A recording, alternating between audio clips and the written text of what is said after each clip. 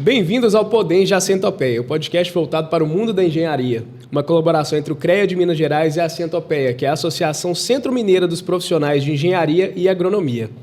E hoje nós temos um tema muito legal para poder discutir aqui. A gente estava até conversando um pouquinho antes ali, né, Eduardo? Não tem jeito, a gente sempre tem essas conversas ali um pouquinho antes da gente iniciar o podcast.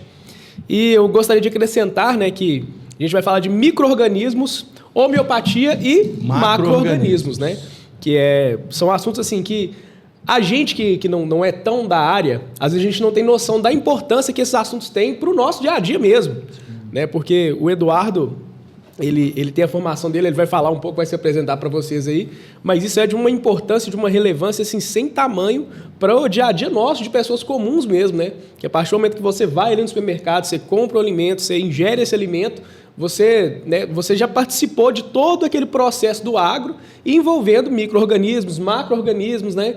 E agora o Eduardo vem com a homeopatia aí para poder dar um pouco mais de saúde, mais qualidade de vida para nós, aí, mesmo que a gente não saiba disso.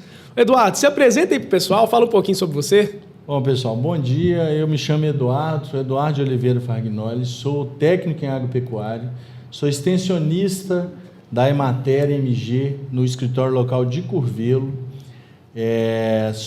Tenho graduação em administração de empresa, tenho uma pós-graduação em gestão do agronegócio e legislação ambiental e estou na minha segunda pós-graduação em homeopatia em agrosistema.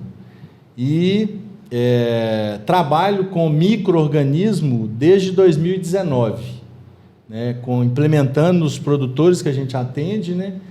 Os agricultores familiares em Curvelo e região, porque acaba que de outros municípios também demandam, né? A gente consegue atender alguns fora do município de Curvelo. Sim, com certeza. Eduardo, uma coisa que eu quero começar falando, cara, é a respeito dos micro-organismos, né? Tá. O que seria um micro-organismo no tema que você quer abordar? Porque micro-organismo, a ideia que todo mundo tem é aquela coisa de escola, né? Que aprendeu ali na escola, que um micro-organismo é aquilo que você não consegue enxergar, né? Você não tem aquele contato com ele. Mas vocês aprofundaram muito mais nisso aí. Então eu quero ver na visão de vocês aí o que seria o micro-organismo e para que ele serve. Olha, a primeira coisa que a gente tem que falar é o seguinte: o solo, a terra onde a gente produz alimento, ela é um organismo vivo, composto de vários micro-organismos e macros também, porque a gente tem insetos, a gente tem formiga, a gente tem minhoca, que são macro, e a gente tem os micro, que são as bactérias, são os fungos, são os ácaros, né? Que são necessários para a produção. Então, o solo, a gente encara o solo como um ser vivo. Ele é um ser vivo. Então, só para vocês terem uma ideia, vamos pensar nos micro-organismos. A doutora Patrícia Refati é uma pós-doutora em microbiologia do solo. Ela, no estudo dela, ela chegou à conclusão seguinte: um solo saudável, em 1 hectare de solo saudável, que seria um campo de futebol 100%, a gente teria, um solo saudável teria que ter 5 toneladas de micro-organismos. Então, se a gente pensar que são seres microscópicos, se a gente pensar o que são 5 toneladas, são 5 mil quilos de micro-organismo. Então, assim, praticamente o solo é só ser vivo, né? Só que no dia a dia da produção agrícola que a gente faz, você vai, entre aspas, você vai matando essa biota do solo. Você ara, você gradeia, você aplica herbicida, inseticida, acaricida, fungicida, você expõe o solo ao sol, que é um bactericida, né? De primeiríssima qualidade. Então, esse dia a dia, a tendência nossa é reduzir essa biota do solo. Essas práticas integrativas, vamos chamar assim, de microbiológicos, de macrobiológicos, de homeopáticos e de práticas conservacionistas, a gente tenta manter, reduzir ao máximo, e com o microbiológico, né, que a gente coleta e reproduz, a gente tenta repor. Então, o biológico, para a gente repor ele, o micro, é como se fosse uma transfusão de sangue. Nós estamos repondo aquela biota que aquela prática reduziu. Então, a princípio, é isso aí. Sim, dá um show de bola. E, né, você já deu uma introdução muito boa sobre os micro-organismos, né? E agora eu gostaria de saber como que esses micro-organismos e a homeopatia se aplicam no conceito da agricultura ali. Tá. Né? Então, o cara que tem ali, às vezes, a fazendinha dele, como é que isso aí pode ajudar esse produtor? Tá. Então, vamos lá. Por exemplo, são técnicas que elas são super acessíveis ao produtor, seja ele agricultor familiar, seja ele pequeno, seja ele grande. Eu conheço, por exemplo, a gente tem uma grande empresa aqui, como eu não pedi autorização, não vou falar, nós temos uma grande empresa de reflorestamento aqui no município de Curvelo, que ela tem mais de 30 mil hectares de florestas, e ela, há 7, 8 anos, ela trabalha, ela montou uma biofábrica de micro e de macro-organismos, ela gastou mais de R$1 milhão. Então, assim, quando a gente pensa que é só o pequeno, não. Hoje, os grandes produtores, Goiás, Mato Grosso, produtor de 200 mil hectares, está todo mundo trabalhando com biológico, entendeu? Então, vamos lá. O micro-organismo, gente, como eu falei, quando a gente pensa assim, um solo ele precisa de matéria orgânica, a planta precisa de matéria orgânica. A planta não precisa de matéria orgânica, ela precisa do micro-organismo. O micro-organismo é que precisa da matéria orgânica. Então, o que ele vai fazer? Ele vai se alimentar da matéria orgânica e vai disponibilizar para a planta os nutrientes que a planta precisa. Então, assim, a matéria orgânica nada mais é do que um alimento para o micro-organismo se alimentar e disponibilizar para a planta. Entendeu? Então, assim, se a gente pensar num sistema radicular de planta, que ele tem aquele universo em volta dele que a gente chama de rizosfera, aquela rizosfera ela é cheia de micro-organismos que estão ali se alimentando de exudados que a planta libera e, em troca, está disponibilizando nutrientes para ela. E esses nutrientes ele vai pegar da matéria orgânica que o solo tem. Então, na realidade, não é a planta que precisa da matéria orgânica, é o micro-organismo. E aí, pegando o gancho também da homeopatia, que é uma prática também conservacionista e tal, a homeopatia também, hoje, a alopatia, que é os medicamentos que a gente toma, se eu estou com febre, eu tomo um antifebril, se eu estou deprimido, eu tomo um antidepressivo, é o alopático. Então, ele trabalha... O alopático ele trabalha com o contrário. Sim. Se eu estou com febre, eu tomo um antifebril. Se eu estou depressivo, eu tomo um antidepressivo. E a homeopatia ela trabalha com o similar. Ela vai trabalhar com o idêntico. Por quê? O medicamento homeopático ele funciona como ele leva uma informação para o seu organismo, para o seu organismo, para o solo, para a planta, para o animal, ele leva uma informação para a sua energia vital. Então, por exemplo, quando a gente adoece, a primeira coisa que adoece no ser humano, no animal, no solo, na planta, é a energia vital dela. A partir dali, ele começa até ele aparecer o sintoma. Então, a primeira coisa é a energia vital.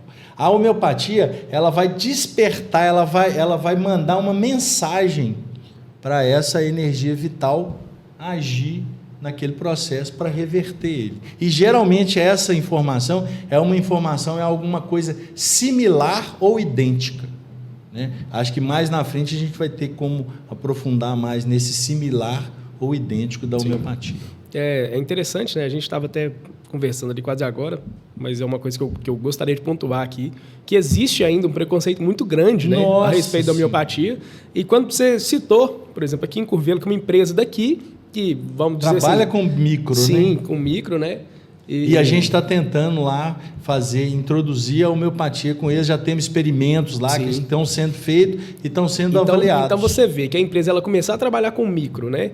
E já considerar a possibilidade de homeopatia numa empresa tão grande, você vê que é um negócio promissor e que dá muito resultado, né? Olha, porque empresa, vamos dizer assim, né? Vamos tirar do pequeno produtor agora, vamos colocar para a empresa grande. A empresa grande não faz nada sem ter uma comprovação, sem o negócio funcionar, não. Sim. Então, homeopatia não é essa brincadeira que o pessoal acha que é, não, né? E o interessante que eu acho é o seguinte, eu gosto de falar muito isso nas palestras,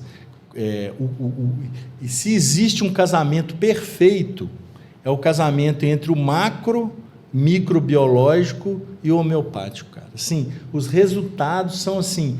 Eu citei para vocês, eu me surpreendo a cada dia com os resultados que a gente consegue com isso. São assim, são inacreditáveis. Então, quando a gente tem esse pessoal que não acredita, é porque realmente os resultados eles são assustadores. Sim, e não teve contato também, né? Muitas das vezes. Sim, os bons resultados são assustadores. Sim. E deixa eu te perguntar, Eduardo, quais que são os tipos de micro-organismos que normalmente se utiliza aí na agricultura? Olha, na realidade a gente tem os isolados, que são bactérias, por exemplo, você tem Bovéria baciana, metarrhiza, você tem Isária, você tem o BT, que é o Bacilo thuringiense, você tem o Amylocephacens, você tem a bactéria que a Embrapa isolou lá de um mandacaru, que é a Ariabatai, que você usa ela para evitar estresse hídrico. Então a Embrapa conseguiu isolar uma bactéria que chama Ariabatai, o segundo nome científico dela. E essa bactéria ela está presente no mandacaru, que é aquele espinho, né, que tem no agreste, né, na nordestino, e ela conseguiu isolar essa bactéria e a gente trabalha muito com ela para plantio de sequeiro, para evitar que a planta tenha estresse hídrico. Então o universo de biológico ele é muito grande. Você tem ácaros, que são inimigos de ácaros prejudiciais. A gente chama por isso que a gente chama de micro-organismos eficientes. Sim. Porque são aqueles micro-organismos que eles vão atacar e vão parasitar micro-organismos que, entre aspas, para aquilo que a gente quer, não são necessários, não são queridos, não são quistos no negócio. Mas a natureza é perfeita. Se eles estão ali, eles têm alguma coisa. Só que para aquilo eles não são. Então eles têm uns inimigos que são os próprios micro-organismos. É que nem, né, voltando a falar de escola, né? Na escola a gente sempre fala que tem bactérias boas, sim, bactérias ruins, né? Então, os lactobacilos, por exemplo, que o pessoal gosta sempre de citar, né? Que ótimos para o sistema digestivo, tudo isso, né? E tudo isso também se aplica no universo das plantas. Se você pensar, por exemplo, a gente pensa assim, o ser humano é um, a planta é outro, o solo é outro. Se a gente pegar o universo, a composição do universo é a mesma nossa, é a mesma da planta, é a mesma do solo. Então, a composição nossa é uma só. Então, quando você pensa, por exemplo, nós temos nosso sistema circulatório, a planta ela tem a gente aprendeu na escola também, né? Seiva sobe, seiva desce. Onde que a seiva sobe, onde que a seiva desce? No sistema circulatório da planta. Sim. Entendeu? Então, assim, tanto é que, por exemplo, a homeopatia, quando a gente trabalha com homeopatia, eu vou dar um exemplo aqui rapidinho de uma homeopatia que ela chama fósforos. Então a gente faz ela através do fósforo. Então ela chama fósforos. A gente usa muito ela para, por exemplo, quando você tem ataque de cigarrinha no milho, a cigarrinha o que ela faz? Ela transmite um vírus para o milho que reduz a circulação de seiva no pé do milho. E essa redução de circulação vai reduzir a produção do milho. Então, quando a gente tem um ataque de cigarrinha, que você já pegou ela, a gente consegue usar o fósforo para poder voltar a melhorar essa circulação. Beleza. Então, a gente teve uma aula, o professor mostrou para a gente, mostrou resultados e tal. Aí, uns 2 meses depois, uma colega do curso relatou uma história muito interessante. Ela falou assim, olha, gente, minha sogra teve um AVC e ficou com êmbolos. Sim. Lá sei lá, ela citou que o sistema circulatório dela ficou comprometido e tal. E que ela entrou com fósforo. Mulher. Segundo ela, com 2 meses, quando a sogra voltou para fazer o exame, os médicos ficaram assustados. Como que o sistema circulatório dela melhorou, como que os êmbolos reduziram a quase zero. Oh. Entendeu? Então, assim, quando você pega o paralelo, a planta com a gente, é a mesma coisa, o animal é a mesma coisa, o solo é a mesma coisa. Entendeu? É interessante você falar disso, cara, porque a gente é muito legal, na verdade, quando a gente vê uma pessoa que trabalha com algo que a gente utiliza todos os dias e a gente não faz ideia de como é que isso aí funciona, né? Aí eu me coloco nesse lugar, porque... Pois é, você imagina, cara, eu como profissional, o tanto que isso é motivador. Você tá querendo... Cara, mas você é chato demais, você só fala isso, mas eu tenho que falar.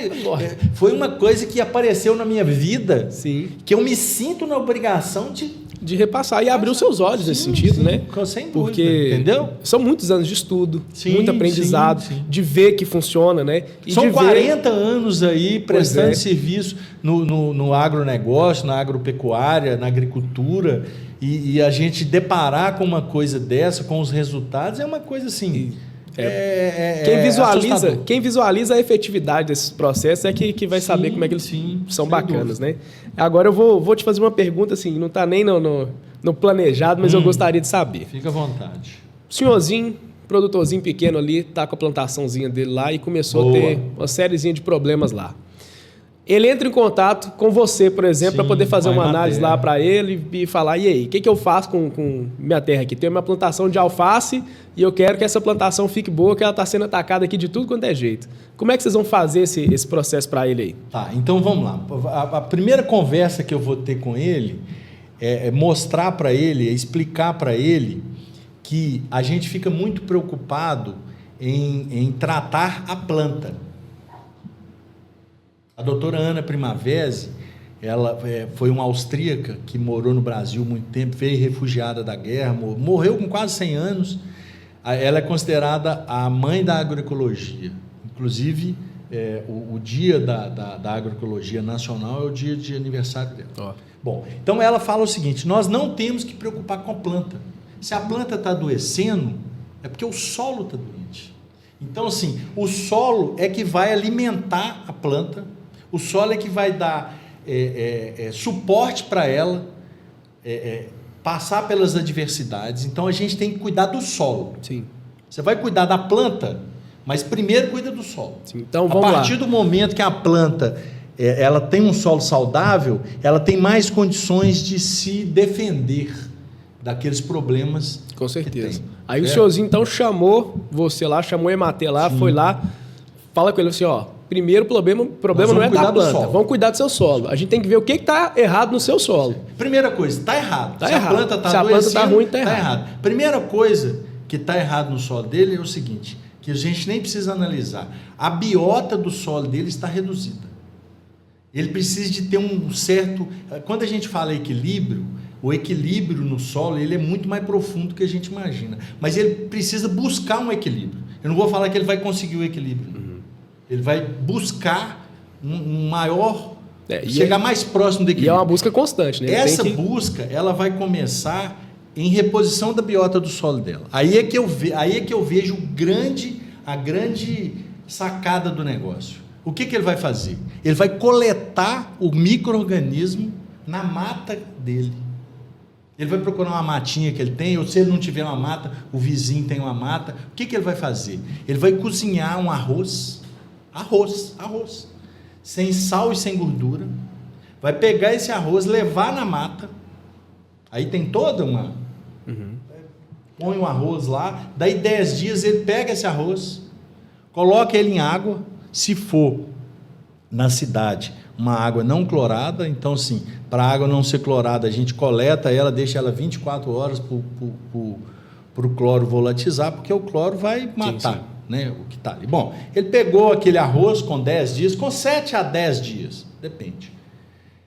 Vai colocar ele em água, ou amassa, ou bate no liquidificador, coloca em água. Vamos dar um exemplo aqui do que a gente faz. A gente cozinha 1 quilo de arroz na mata, depois de 10 dias você pega ele, tritura ele, amassa na mão, coloca num tambor com 200 litros de água, coloca 2 kg de fubá, 2 kg de farinha de trigo tradicional, 2 kg de açúcar, bota um compressorzinho desse de aquário para ele oxigenar o negócio. Com 5 dias ele tem 200 litros de micro-organismo eficiente. E esse micro-organismo, na mata, quando ele coletou, aí o arroz, geralmente, quando ele vem com... Quanto mais cores ele tiver, amarelo, roxo, vermelho, cinza, quanto mais cores ele tiver, melhor foi a coleta dele. Sim. Aí ele vai pegar esse arroz, colocar nesse tambor, pôr para tal, bota o substrato, que é o alimento do micro-organismo, que é o fubá, o trigo e açúcar. Com 5 dias ele tem 200 litros de micro-organismo. Aquele é o micro-organismo que faz parte da biota do solo, porque na mata ele coletou o que tem de melhor lá e reproduziu. Entendeu? Então assim, pensa na dimensão que isso tem para um agricultor familiar. Ele vai gastar o quê? 1 quilo de arroz, 2 quilos de fubá, 2 quilos de farinha de trigo, 2 quilos de açúcar. E esse produto, eu sou exagerado nas recomendações. Eu mando bater 20 litros por hectare. Então, se você pensar que ele tem 200 litros a cada 5 dias, ele pode bater em 10 hectares a cada 5 dias. 10 hectares são 10 vezes 10 mil metros quadrados, é muita coisa. Geralmente o agricultor familiar tem disso para baixo. Se ele fosse comprar isso de produto industrializado, hein, moço? Cara, sim. Assim, na realidade, ele ia comprar e ele não ia ter o mesmo resultado. Sim, ele ia gastar um horror. Sim, ele ia bater um veneno. E aí acontece o seguinte, aí o produtor, o agricultor, ele tem que ser sensibilizado para ele entender que às vezes o resultado, ele não vem da noite para o dia. Porque quando você usa o químico, às vezes você vai usar um químico, aquela planta está com um fungo ali, você bateu, o químico vai matar o fungo. Sim. Mas ele vai matar o fungo, vai matar quem comeu aquele negócio, vai matar o fungo bom que está lá no solo, vai reduzir ainda mais aquela biota. Então ele tem que ter um pouquinho de paciência para ele poder fazer isso. Aí você vai o seguinte, o que acontece? Nos biológicos, a gente tem os isolados, que são aqueles, por exemplo, você pega uma Bovéria baciana, ela é boa demais para combater a cigarrinha do milho, por exemplo. E o que eu observei foi o seguinte, o produtor, quando quer trabalhar com biológico, isolado, se ele não trabalha antes com micro-organismo eficiente para estruturar o solo dele, o uso do isolado, ele é pouco eficiente ou nada eficiente. Porque é a mesma coisa de você pegar um exército, né? Eu estou aqui, por exemplo, eu tenho um exército que está invadindo a minha terra. Aí eu pego um soldado com uma metralhadora e boto ele ali para ele. O exército. Ele vai matar um pouquinho de soldado, mas vai morrer também. Vai morrer, ué. Então eu encaro o isolado sem o micro-organismo eficiente como um exército inimigo e o isolado tentando bater ele sozinho. Quando você tem um micro-organismo eficiente, que você tá repondo biota no seu solo, que você trabalha com o isolado, na hora que o isolado entra, ele tem um tanto de... O exército está ali só esperando... Agora ele está com um tanque de guerra agora. Ocupa esse vão aqui. Então o sucesso é muito maior. E isso eu estou falando não é teoricamente não. Isso na prática, eu já vi isso acontecer. Eu já tive produtor que me procurou, foi visitar uma lavoura nossa de milho, que a gente estava produzindo, não era um milho transgênico, era um milho tradicional. Ele foi visitar a lavoura sem nada, lavoura equilibrada, bonitona, tal. E aí no relato dele, ele falou comigo, olha, eu produzo milho há 30 anos. Eu produzo milho. Faço milho verde, faço silo. E nesses 30 anos, há 7 meses, eu parei de produzir milho porque eu estava fazendo pulverizações 5 vezes por semana, quase uma vez por dia. Que isso, velho. E chegou um ponto que eu não consegui controlar, eu passei o trator em cima e parei de plantar milho. E quando ele me relatou, quando eu relatei para ele o que a gente usava, Bovéria, Metarrhiza, Isária, Amiloquefacens, ele falou, cara, eu usei isso tudo, inclusive usei baculovírus também, mas não consegui. Aí eu falei assim, o único erro seu foi não trabalhar com micro-organismo eficiente. Você trabalhou com um exército isolado, você trabalhou com guerrilheiros, né? Você contratou guerrilheiros, mas o seu solo estava descoberto. Sim. Então você entrou com 10 guerrilheiros, no ataque tinha um exército de 1 milhão de pessoas.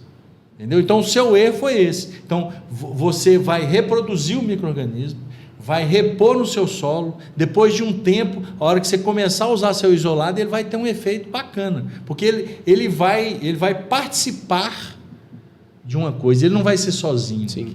É um complemento, Sim. É o melhor complemento Sim. possível, né? Você ter um solo bom e entrar com isolado ali depois. E aí a gente vai na questão de custo, para o agricultor familiar. Ele tem o micro-organismo que ele vai coletar na fazenda dele, mas eu preciso usar o isolado. Então, o isolado, o que a gente vai fazer? Nós vamos comprar ele no mercado. Mas a gente vai conseguir reproduzir ele até 3 ou 4 vezes. Então, você vai no mercado, compra, reproduz ele e usa. Se você precisar reproduzir, você pode reproduzir ele. Vou te dar um exemplo. Se você comprar 1 quilo de Bovéria baciana, por exemplo, que é um isolado, é um fungo isolado, que combate cigarrinha, combate lagarta, combate mosca branca, você consegue fazer com esse 1 litro até 1.000 litros de produto. Se você pensar no agricultor familiar, ele não usa isso na vida inteira dele. Você entendeu? está doido. Então, é essa questão mesmo de acesso. O pequeno, ele tem acesso, não é uma coisa cara. Uhum. Né? A acessibilidade financeira, ele tem ela, sim, tranquilo.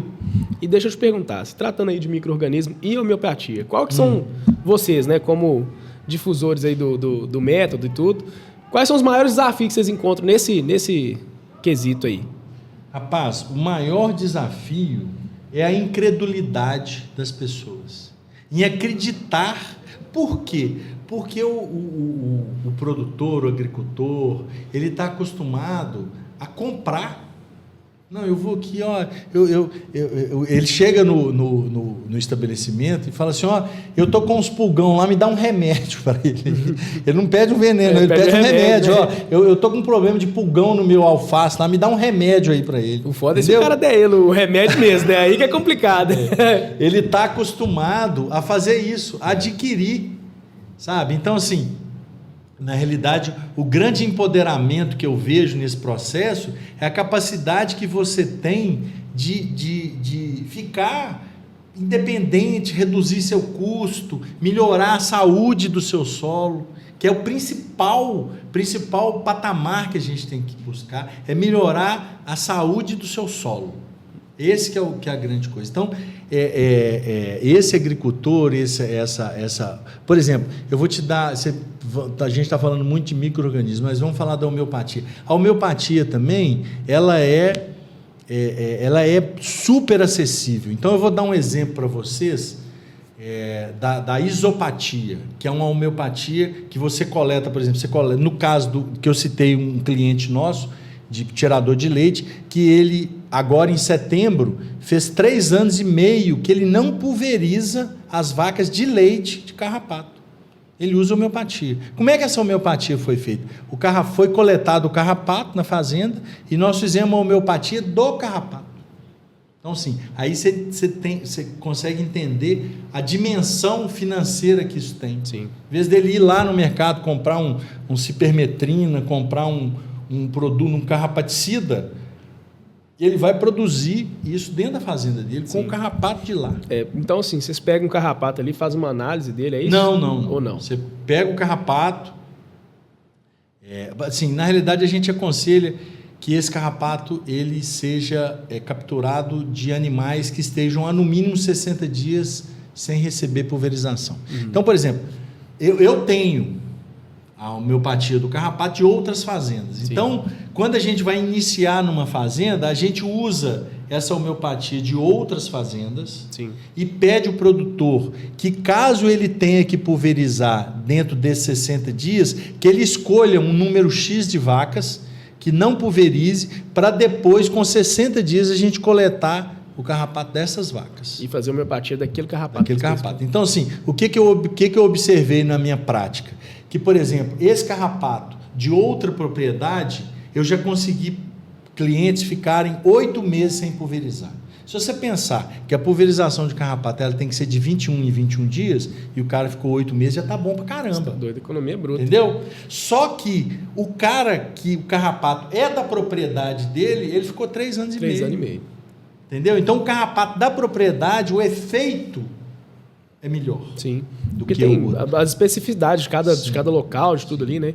E falando de local especificamente, uma coisa que eu gostaria de saber é se existem limitações regionais, climáticas ali, para a aplicação dessas técnicas, tanto do uso dos micro-organismos, né, que eu imagino que deva variar bem de local para local, e da homeopatia também.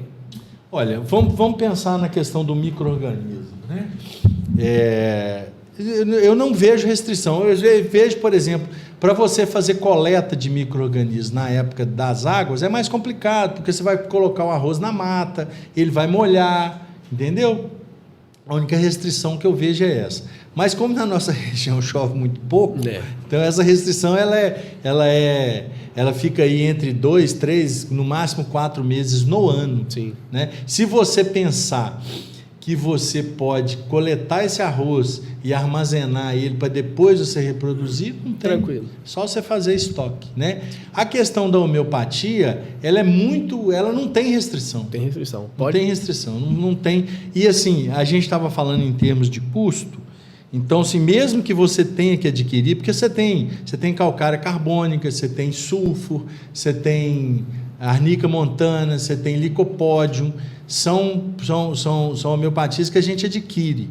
Mas você adquire as matrizes e vai fazer o produto na própria propriedade. Sim. O próprio produtor vai fazer. Então, assim, os produtores que eu atendo, que já trabalham com homeopatia, eles mesmos fazem. Uhum. Entendeu? Compra a matriz. Para você ter uma ideia, deixa eu só te dar uma ideia aqui.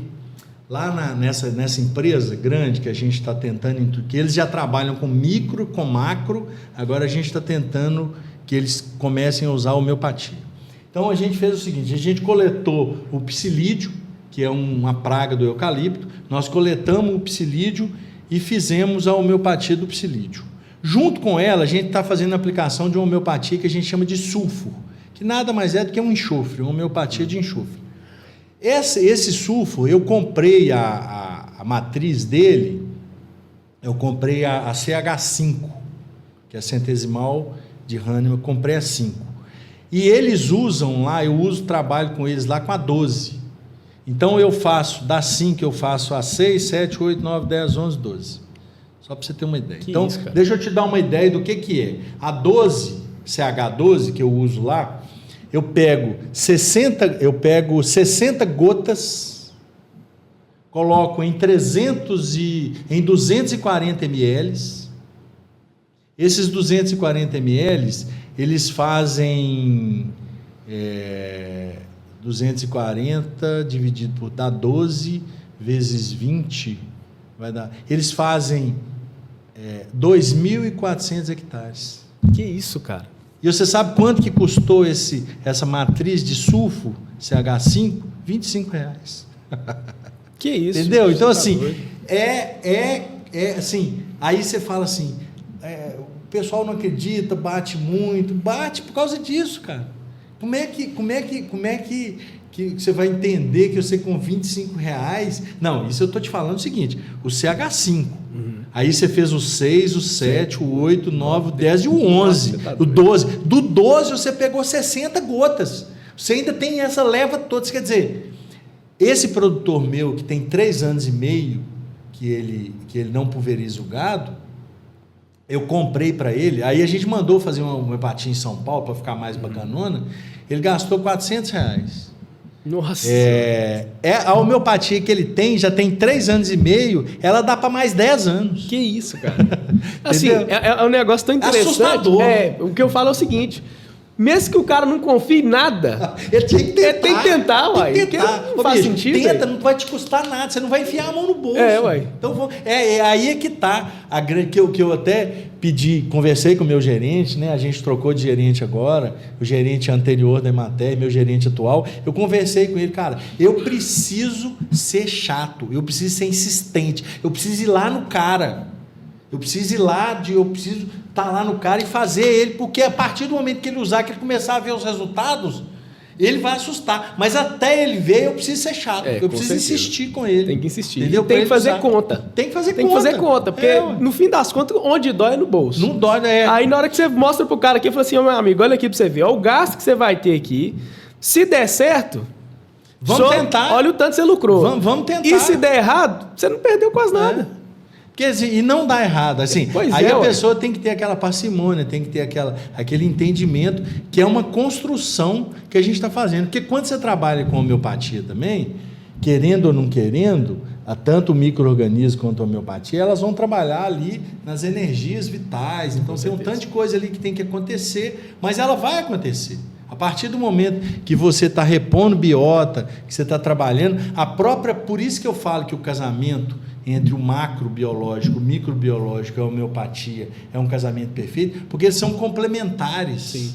Então, a partir do momento que você está repondo biota, que você está usando um medicamento que não vai agredir, você começa a construir todo um ambiente propício para que a coisa boa aconteça. Sim. Entendeu? Isso aí é uma dificuldade, igual você falou, do pessoal entender que não é da noite pro dia. Sim, né? Sim, é uma construção, é igual você está fazendo uma casa. Construção. Você vai... Assim, não, minha casa tem que ser segura, ela tem que ser confortável, ela tem que ser bacana, mas eu vou demorar muito tempo até que essa casa fique pronta. Então, acontece muito, por exemplo, do produtor, não, mas eu preciso usar um químico, não tem problema. A minha insistência é essa, usa o químico, mas usa o micro-organismo eficiente. Vamos, na pior das hipóteses, sua biota melhorou um pouquinho, melhorou nessa pulverização, na outra vai melhorar, aí você começa a melhorar a biota do solo, mesmo a pessoa usando os agroquímicos, ele vai melhorar a biota do solo, vai chegar uma hora que vai adoecer menos, que ele vai começar a usar menos agroquímico, e aí a coisa boa começa vai andar a bem mais, né? Entendeu? Então, assim, eu não sou radical, não. Vamos usar? Vamos, mas você quer usar o químico? Vamos usar. Mas não vamos deixar de usar o biológico. Sim. Entendeu? E deixa eu te perguntar, agora vamos passar para um produtor grande. Sim. Agora um cara que tem lá muita terra, né? Como é que ele poderia, por exemplo, utilizar desses, né, tanto dos micro-organismos, dos macros, da homeopatia, para colocar isso aí, né, todas as terras dele aí da forma mais efetiva possível? Olha, assim, hoje você tem vários consultores que trabalham com os biológicos. Entendeu? Então, por exemplo, essa grande empresa, por exemplo, que montou essa biofábrica lá com mais de R$1 milhão, ele tem um consultor externo que é um cara de São Paulo. Entendeu? Então, hoje, esse cara grande, por exemplo, ele pega um consultor aí, monta uma biofábrica para ele, mostra para ele como é que faz e ele constrói lá Porque, por exemplo, o meu agricultor familiar, ele usa um cantinho dele, bota um tambor dele lá e tal. O grande não, ele vai construir ele vai utilizar um espaço maior, vai produzir, porque ele precisa produzir uma quantidade maior. Uma quantidade bem grande. Né? Então ele precisa de ter uma estrutura mais bem padronizada, mas para isso hoje, isso cresceu demais. Sim. Por quê? O que acontece? Naquela crise do adubo que a gente teve, já na guerra da Rússia com a Ucrânia, a gente teve nós tivemos um boom muito grande de adubo. O adubo subiu demais da conta, entendeu? Ficou inviável. E aí o pessoal começou a buscar alternativas. E essas alternativas vieram através dos biológicos. Entendeu? Então, os grandes produtores lá do Mato Grosso, de Goiás, de 10 mil, 20 mil, 150 mil hectares, o cara fala assim, ele comprava um adubo, vou dar um exemplo, que eu não lembro, mas ele comprava um adubo a R$80 o saco. Aí, da noite para o dia, o adubo passa para R$200 o saco. Subiu para caramba. Aí ele ficou assustado, falou, gente, como é que eu vou fazer? Eu tenho 20 mil hectares para plantar. Imagina. O que eu vou fazer? Aí ele começou a buscar, porque essa questão dos biológicos, ela no Brasil, ela está desde a década de 60, com as universidades, principalmente Viçosa, né? Universidade Federal de Viçosa, aí você tem as pesquisas, você tem mestrado, você tem doutorado, você tem um tanto de coisa. Isso tudo é muito bem documentado. Sim, né? super bem comprovado cientificamente o efeito positivo. Só que era um negócio que assim, os vendedores, os fabricantes de de adubo, então não tinha muito interesse nisso. Porque, vamos dizer assim, para o comerciante, vou nem colocar gente grande, não, até para o comerciante pequeno isso não é interessante. Sim, porque se ele dá para o cara uma solução que vai deixar ele 3 anos e meio sem pulverizar um gado para carrapato, ele vai vender o quê? Então, assim, aí você vai nessa linha, e tanto é que hoje, por exemplo, os maiores fabricantes de agroquímicos, todos eles têm o braço biológico. Você pode olhar, todos têm o braço biológico deles, entendeu? Você pega a Monsanto, você pega a Coopert, né? Você pega todas as grandes multinacionais, elas têm o braço biológico deles. Por quê? Eles estão enxergando que não vai ter jeito, não vai ter jeito. Pra onde correr, só que aí não. o seguinte, a dinâmica é um pouco diferente, porque quando você trabalha com químico, você descobre uma molécula, você domina ela até você ter que abrir a patente dela. Entendeu? No biológico não, cara. O biológico ele não tem patente. Sim. Ele está aberto aí, entendeu? Então essa que é a grande coisa, a grande alegria, porque eles não vão conseguir segurar elitizar isso. aquilo ali, né, cara? Eles até tentam. Seu Zé lá da fazenda pode ir lá e fazer que Sim, vai dar certo. Eles até tentaram, mas não conseguiram. Então agora, aí o que acontece? Você fala assim, é ruim para eles? Não, depende da linha que eles querem seguir, do CEO deles conseguir enxergar isso e achar um caminho para continuar na linha produtiva, porque a gente não vai ficar sem o agroquímico, não. Isso aí eu não acho que isso é um sonho, que é sonho mesmo. É utópico, né? É utópico, não vai acontecer não, a gente precisa. Só que ele precisa ser usado de forma racional. Se você pega um sujeito desse, por exemplo, que eu citei o exemplo dele, que ele estava pulverizando 5 vezes por semana o milho dele, cadê a sustentabilidade nisso aí? Não existe. Sim. É isso que a gente tem que acabar. Agora, o químico, ele é interessante sim. Claro. Entendeu? Se você fizer um manejo integrado de pragas e doenças, você vai trabalhar com químico, você vai trabalhar com microbiológico, você vai trabalhar com macrobiológico, entendeu? Você vai entrar com aquele produto químico na dose que precisa e na hora que precisa. Você vai dar a carência que aquele produto precisa. Então, se você usou um produto químico no alface, que ele está regularizado para aquele alface, você precisa bater ele precisa ter 15 dias de carência, ótimo. Bateu ele hoje, daqui 15 dias você pode consumir aquele produto que ele já eliminou o produto. É isso que não está acontecendo hoje, entendeu? Porque as doenças e as pragas, elas estão tão resistentes que você não está conseguindo nem manter essa carência necessária. Sim. E no fim das contas o produtor ele quer enxergar o produto dele bem, né? Ele quer vender. Ele precisa. Sim, ele não quer não, ele precisa vender. Precisa, né? Ele vive daquilo.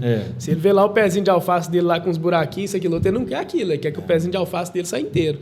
Aí no fim das contas ele vai fazer o possível para ele ver aquele negócio, mas ele não sabe o que está por trás daquilo tudo, né? Sim.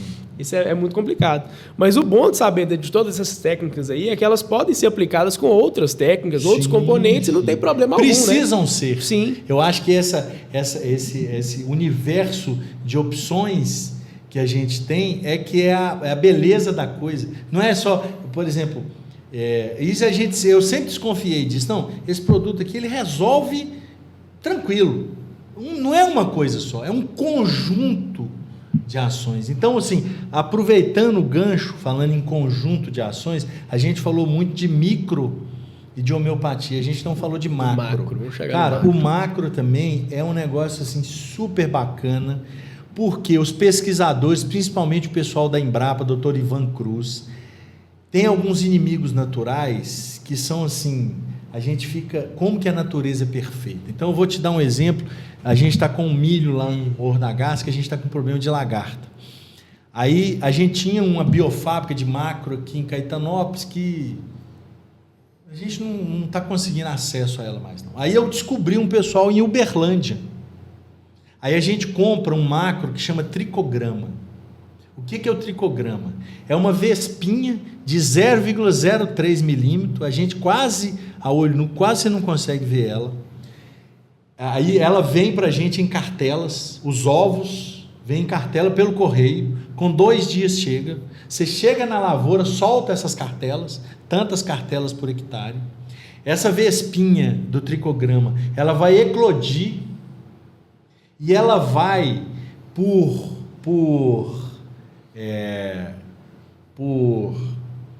pela natureza, ela vai identificar os ovos da lagarta. E ela vai ovopositar o ovo, ela vai ovopositar dentro do ovo da lagarta. Aí aquele embrião que ela colocou dentro do ovo da lagarta vai se alimentar do embrião da lagarta, e na hora que ela eclodir, vai eclodir uma outra vespinha, cara. É um negócio muito... E aí acabou a lagarta. Você quebrou a lagarta no ciclo dela. Entendeu? Então o macro é assim, é surpreendente. E essa vespinha não faz mal à plantação? Não. Nada. Não. Ela é o foco dela é ovo de lagarta. Ela está ali, o ovo de lagarta, ela se alimenta aí, por exemplo, ela não tem ovo de lagarta, aí ela se alimenta de pólen. Aí não tem pólen, ela morre. O ciclo dela são 11 dias. Pronto, aí. Do dia que o ovo põe até o dia que ela morre, são 11 dias. Entendeu? E aí, beleza, então você conseguiu quebrar essa lagarta de um ciclo dela. Aí você tem o palmístico, que é um outro parasitoide que vai parasitar a lagarta. Então, a lagarta está lá andando em cima do milho, você solta o parasitoide, ele vai lá, localiza a lagarta e contamina ela, ela vai ficar ali, vai trabalhar ali mais uns 2, 3 dias, depois ela morre. Entendeu? Então, assim, o macro também, assim, a acessibilidade dele, a gente não teria tanto acesso, a gente não teria condições de ter ele, de produzir ele na fazenda. Como você tem condições de produzir o micro-organismo eficiente e o isolado, a partir do momento que você compra a cepa, né? E a homeopatia. Mas o meu sonho, tanto o meu quanto do pesquisador da Embrapa, que é o Dr. Ivan, é a gente conseguir montar biofábricas de macro comunitárias, onde você vai ter 20, 30 produtores que vão acessar aqueles produtos ali e vão dividir aqueles custos ali. Entendeu? Porque aí você precisa de uma técnica melhor, você precisa de ter incubadora, você precisa de ter o alimento. Então é um negócio mais complexo, mas que não inviabiliza de você ter uma biofábrica de macro comunitária. Com certeza. Onde você tem uma associação comunitária com 20 agricultores familiares que vão custear aquilo. Vai sair para você a preço de custo. E fica um custo muito baixo, né? Relativamente falando. E tem outras. Por exemplo, você tem a joaninha. A gente tem um grande problema de pulgão, tanto no sorgo quanto na azolerícola. A joaninha, que você cria ela em cativeiro também, ela come 1000 pulgão por dia, uma joaninha. Nas 2 fases dela, na pré-fase, que é antes dela virar aquele besorrinho bonitinho, né? Ela come 1000 pulgão, e na fase dela adulta, ela come 1000 pulgão também por dia. Entendeu? E é um bicho que você vê ele aí. Tá aí, entendeu? Em todo lugar. Então, assim, e outros macros também, que são os ácaros, um ácaro benéfico que combate um ácaro que é praga, entendeu? Então, assim, o macro também é um universo de muito surpreendente. Sim. São assim, é uma série de possibilidades ali para o produtor, né, cara, que pode facilitar demais a vida dele. Mas reduzir custo, né, que é o principal. Todo mundo, no fim das contas, busca isso, né? Reduzir custo. Mas é muito... vou colocar um contexto histórico aqui agora em cima do que o senhor falou, né? É muito interessante que a pessoa ela precisa sentir o problema para depois ela buscar soluções que são mais viáveis, né? Então, ali antes, igual o senhor falou do caso do adubo, por exemplo. Antes, para o cara, R$80 ali no adubo, às vezes não é que estava tranquilo, mas ele conseguia pagar. Mas e depois? E se o adubo subir de preço? E se acabar a oferta de adubo para mim? Eu vou fazer o quê? Né? Então, se você não tiver ali um solo que ele é bem tratado, funciona direitinho, bem equilibrado, né? Que a biota dele tá boa, tá perfeitinha, não adianta nada. Você vai ficar comprando adubo para poder melhorar ali uma sequênciazinha, um período, e não vai resolver nada da sua vida no longo prazo. Aí, a partir do momento que você sentiu a dor ali, que o produtor sentiu a dor, falou assim, não, peraí, eu tenho que arrumar uma outra solução. Ele conseguiu enxergar a viabilidade de todos esses métodos que você está falando. Isso aí é sensacional, cara, porque isso serve para várias e várias outras aplicações, né? É até complicado o que eu vou falar aqui, mas é uma reflexão que eu tinha uma professora, quando eu fiz administração, ela tinha um tutor de um doutorado que ela fez no Canadá. E o tutor dela falava que quem vai resolver o problema do mundo, da fome no mundo, é o capitalismo. Então, é uma coisa até difícil da gente falar. Mas quando você começa a entender o bom capitalismo... Então, por exemplo, se eu te falei que no Brasil o biológico ele existe desde 1960, com provas científicas da efetividade dele, e ele foi descoberto por um japonês em 1918... Você entendeu? E se você pegar a homeopatia, que o Samuel Hahnemann, que foi um médico alemão que descobriu a homeopatia, tem 300 anos, aí você fala assim, por que isso está aparecendo agora? Sabe por quê? Por causa da crise do adubo, que o pessoal sentiu no bolso e foi buscar uma alternativa, e buscou essa alternativa, e hoje essa alternativa é um caminho sem volta.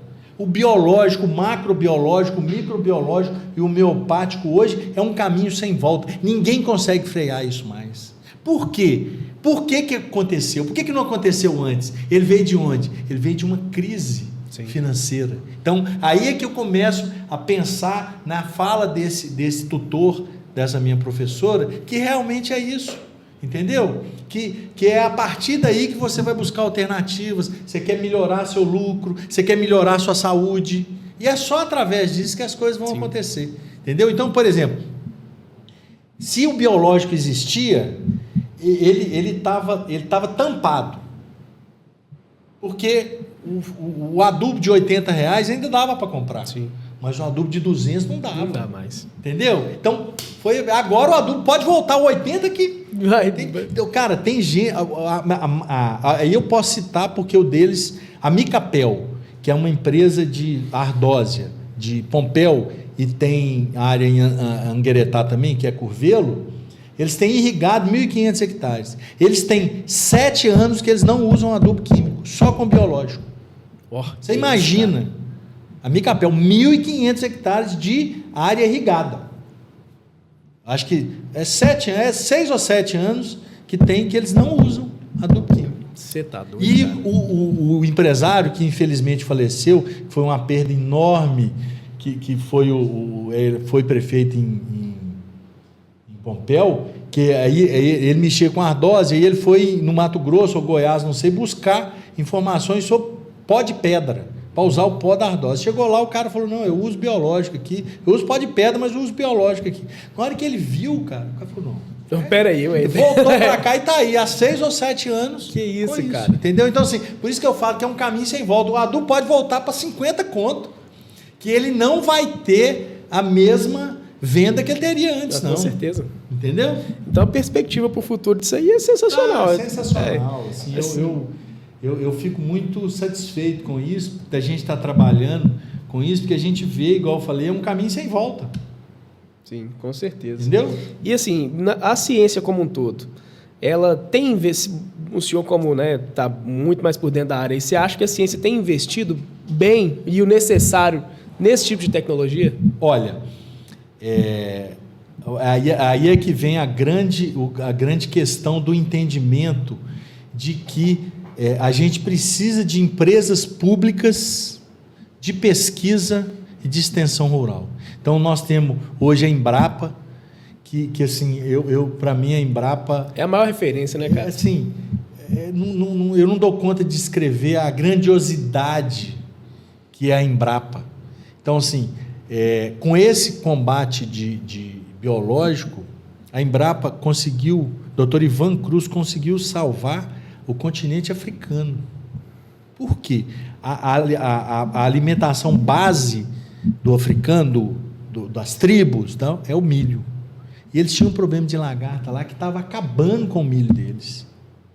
Aí fizeram um convênio, o governo da África com o governo brasileiro, o doutor Ivan foi lá e encheu a África de biofábricazinha. Acabou o problema deles. Que isso, cara. Acabou o problema deles. Então, assim, para mim, a Embrapa, na pessoa do doutor Ivan, para mim eu sou fã número 1 dele. Toda vez que eu vejo ele, eu pego um autógrafo, entendeu? É um cara. E por que ninguém fica sabendo disso, cara? Aí é que eu vou te falar o seguinte. Então, os governos precisam entender que nós precisamos de empresa de pesquisa custeada pelo governo.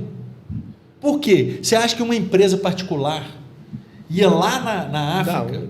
Não ia. Precisa o braço político, ele funciona aí.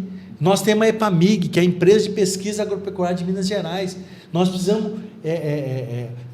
eles têm umas pesquisas muito bacanas em plantas, em olericultura, mas assim, infelizmente os governos não estão dando essa importância. E você precisa de uma empresa de extensão rural. Para quê? Aí você pensa, por exemplo, você tem uma empresa particular que presta serviço de extensão rural. A Emater é empresa pública.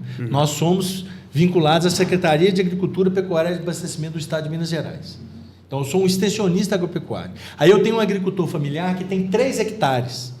Eu preciso mostrar a ele que ele precisa usar isso para baixar o custo dele. Aí eu vou lá na fazenda dele uma vez, vou 2 vezes, vou 3 vezes, vou 4 vezes, até eu conseguir convencer ele. Você acha que uma empresa particular, ela poderia fazer isso? Da onde?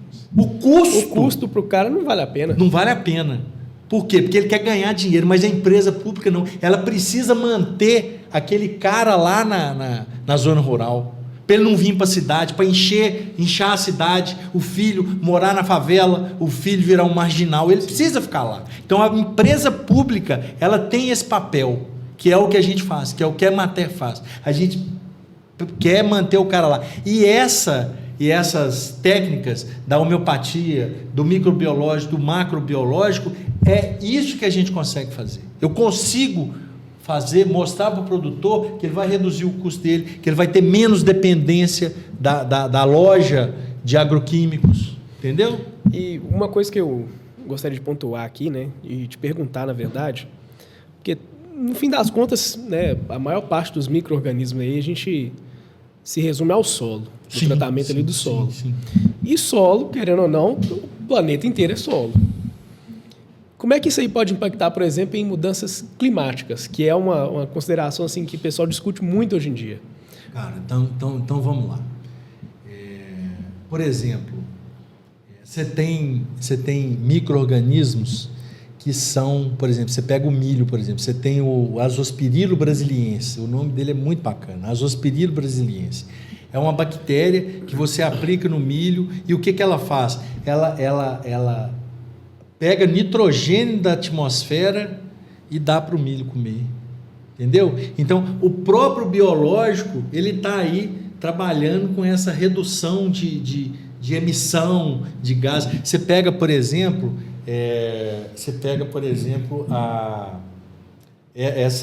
a redução de adubo.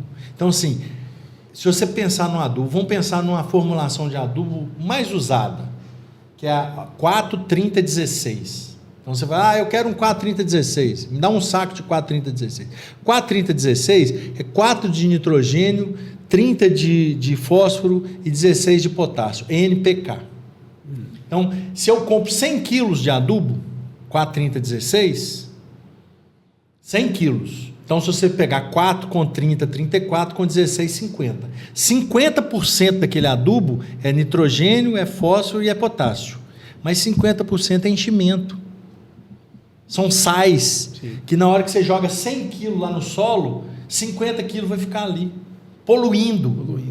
Então, quando você pega o micro-organismo, que você consegue reduzir isso, você imagina isso ambientalmente para mudanças climáticas, o tanto que isso não afeta, entendeu? Essa captura do Azospirilo brasiliense, a grande captura da soja, que a soja hoje, por exemplo, você não faz adubação nitrogenada nela, não. E o nitrogênio, ele é um poluidor. Sim. Quando você usa o nitrogênio, o que a planta absorve, o que ela não absorve, vai para a atmosfera. Você imagina, só com esses 2 fixadores de nitrogênio, quanto de nitrogênio, de amônia, que você não reduziu na atmosfera.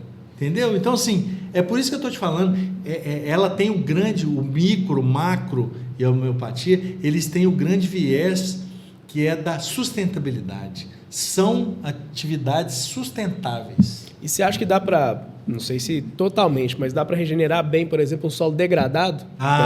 Tranquilo. A gente está começando um trabalho de uma fazenda com solo degradado, assim, se você pensar que solo é um ser vivo e que você está repondo esse ser vivo ali, tem como não dar certo, não. Aí você repõe o ser vivo, você põe plantas regeneradoras, que tem um sistema radicular regenerador, que vão agregar micro-organismos ali na sua rizosfera para ajudar. Eu não tenho dúvida. Sabe, a única coisa que eu não vou falar de cadeira são os solos desertificados. Não, aí é complicado. Porque os solos desertificados, eles perderam completamente a vida ali. Então ali está isento de vida, eu não vou falar. Mas em qualquer outro solo degradado que não chegou a eu estou te falando porque eu não tenho conhecimento para isso. Mas antes dele desertificar até então, com técnicas, com microbiológicos, plantas regeneradoras, a gente recupera qualquer solo. Só precisa de ter paciência e entender que essas coisas elas não acontecem da noite para o dia. Elas são de médio e principalmente solos degradados de longo prazo. Sim. É lógico que se for uma degradação inicial, não. Você consegue até num curto prazo. Mas uma média degradação para frente é de médio a longo prazo. Entendeu? Eduardo, acho que o papo nosso está chegando ao fim, mas eu gostaria assim, cara, eu fiquei muito admirado de tudo isso, né? Para mim tudo é novidade, não é uma área que eu tenho tanto contato, mas é bom saber que a gente tem avançado tanto numa coisa que é extremamente importante para o nosso dia a dia mesmo, né? Eu vou sempre ressaltar isso aqui. Mas agora eu gostaria que você deixasse aí seu contato ou contato da Emater para o produtor que quiser usar essas técnicas aí, aprender um pouco mais a respeito, como é que ele pode encontrar vocês? Olha, o escritório da Emater, ele está ali em cima do Banco do Brasil, Avenida Antônio Olinto, 190. Não tem erro, né? No segundo andar, não tem jeito. Chegou no Banco do Brasil, em vez de entrar para o Banco do Brasil, entra na outra porta. Já saca um dinheiro e vai lá gastar com vocês. Já é Emater. E a gente mudou agora o fixo, mas eu vou passar o meu celular, né?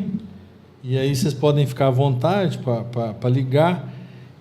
Às vezes, não toca, eu estou na zona rural, mas me manda um zap, é um telefone que tem zap, e eu atendo. Agora, o desafio que eu queria jogar aqui é o seguinte, que o pessoal, quem tiver alguma dúvida e queira, que o pessoal envie as perguntas para vocês aqui, das dúvidas que tiverem, e a gente faria um segundo momento, um outro momento desse, onde a gente responderia objetivamente a cada pergunta de quem está nos ouvindo aí, né?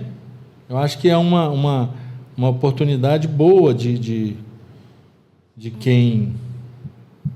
Vou achar meu telefone aqui, porque...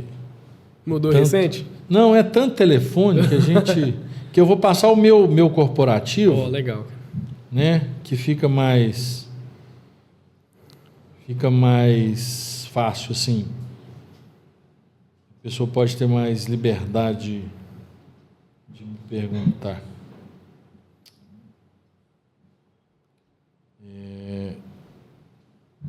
A gente guarda tanto telefone.